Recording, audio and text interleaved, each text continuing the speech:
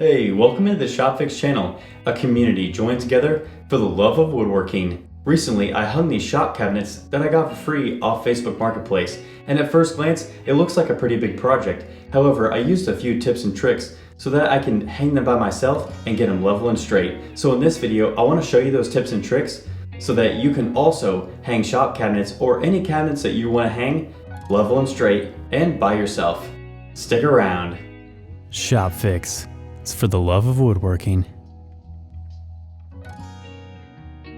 This whole process begins by locating the studs within the wall, and you'll want to do this after you have a general idea of where you'd like to hang the cabinet, because we'll be marking the stud locations above the placement of the cabinet and also below the placement of the cabinet. And you can't go wrong with buying a really nice stud finder. It'll save you so much time and hassle. To get a really accurate measurement, I actually recommend running the stud finder a few times and then just taking the middle of the measurements. We'll go ahead and repeat this process to locate the studs, and we'll be marking these locations under the placement of where our cabinet's going to be. Essentially, we just want to make sure that we're marking these stud locations in areas where the cabinet's not going to cover up once we put it up there, because we need to use those reference lines to drive in our screws into the studs. Now that we have the stud locations properly marked out, in step 2, we'll mark a level line across the bottom. This will be the exact bottom of the cabinet, so make sure that you're placing this line exactly where you want the bottom of the cabinet to rest.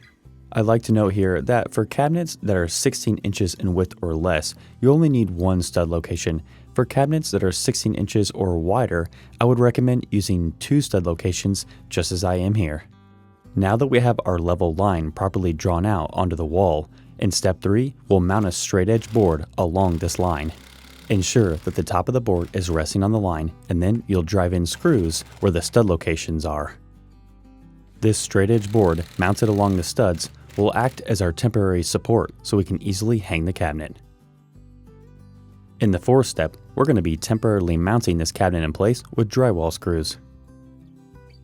No matter how large your cabinet is, the idea here is to get your cabinet to be resting on the temporary support piece while one hand pushes the top against the wall, and that should be sufficient enough for you to hold it up while your other hand drives in drywall screws. The length and number of drywall screws to be used on your cabinet will be determined by how large the cabinet is. For some of the largest cabinets, you may need to drive in a screw into the stud to temporarily mount it in place. You'll notice that the doors from this cabinet have been removed, and I highly recommend doing so if you can, because it makes hanging the cabinet so much easier. It reduces weight, and it makes the cabinet much easier to maneuver onto the wall.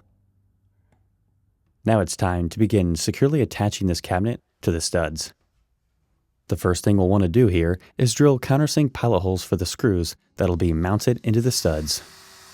By using the markings that we previously made with the stud finder, drilling this pilot hole in the middle of the stud is a piece of cake. After these pilot holes have been drilled at the top of the cabinet, in step 6, we'll securely attach the cabinet with the screws into the studs. You want to make sure that the screw has enough length to go through the wood of the cabinet, the drywall, and sink into the stud.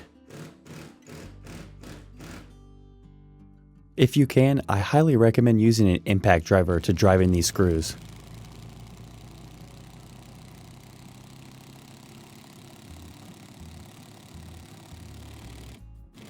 Now that the top of the cabinet is securely mounted into the studs that we marked out, we're going to repeat steps 5 and 6 on the bottom side of the cabinet. So first, we'll drill a countersink pilot hole.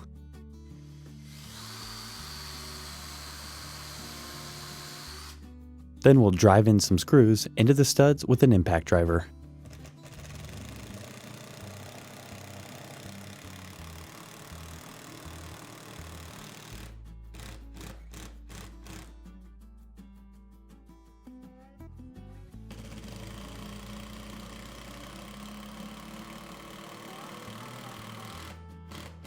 Now that the screws have been mounted, we won't need that temporary support board any longer, so in the 8th step, we're going to be removing that board.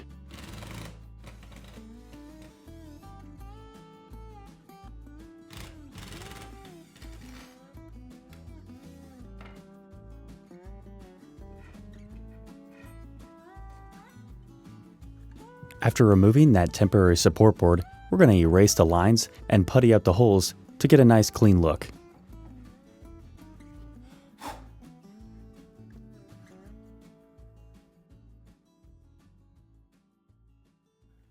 At this point of the process, it'd be a good time to replace the cabinet doors.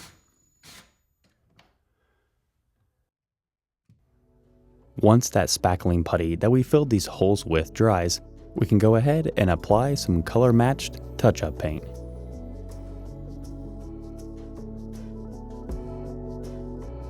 Now we have all of our cabinets hung level and straight, and I really hope you enjoyed these tips and tricks that I shared with you today.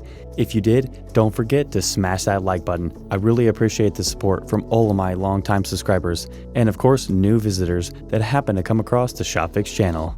I wish you the best of luck with your future woodworking projects. Take care.